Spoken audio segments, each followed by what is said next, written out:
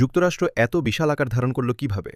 এর পেছনে আছে বেশ কিছু মূল কারণ। ১৭৭৬ সালের দিকে উত্তর আমেরিকা, মূলত ব্রিটেন, স্পেন এবং ইউরোপীয়দের দ্বারা তখনও দখল হয়নি এমন কিছু বিশাল কয়েকটি আদিবাসী ভূমিতে বিভক্ত ছিল। একই বছর ১৩টি ব্রিটিশ উপনিবেশ ডিক্লারেশন অফ ইন্ডিপেন্ডেন্স গ্রহণ করে নিজেদের ইউনাইটেড স্টেটস অফ আমেরিকা হিসেবে ঘোষণা করে। কয়েক বছরের যুদ্ধের পর প্যারিস চুক্তির মাধ্যমে ব্রিটেন আনুষ্ঠানিকভাবে তাদের স্বাধীনতাকে স্বীকৃতি দেয়। স্বাধীনতা পাওয়ার পর যুক্তরাষ্ট্র দ্রুত পশ্চিম দিকে সম্প্রসারণ শুরু করে। ১৮০৩ সালে ফ্রান্সের কাছ থেকে লুইজিয়ানা ভূখণ্ড কিনে নেয়, যা রাতারাতি দেশের আকার দ্বিগুণ করে ফেলে। ১৮১৯ সালে কূটনৈতিক চাপের মুখে স্পেন ফ্লোরিডাকে তাদের কাছে হস্তান্তর করে।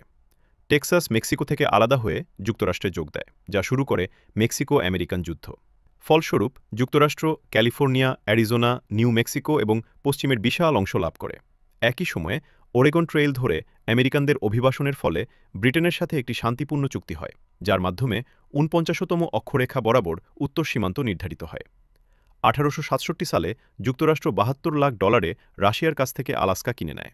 সবশেষে কৌশলগত উপনিবেশের মাধ্যমে তারা প্রশান্ত মহাসাগরেও তাদের সম্প্রসারণ শুরু করে এবং ১৮৯৩ সালে আমেরিকান সমর্থিত বাহিনী হাওয়াইয়ের রাজতন্ত্রকে ক্ষমতাচ্যুত করে এবং ১৮৯৩ সালে দ্বীপগুলো নিজেদের দখলে নেয়, যা ১৯৫৯ সালে তাদের ৫০তম রাজ্য হয়।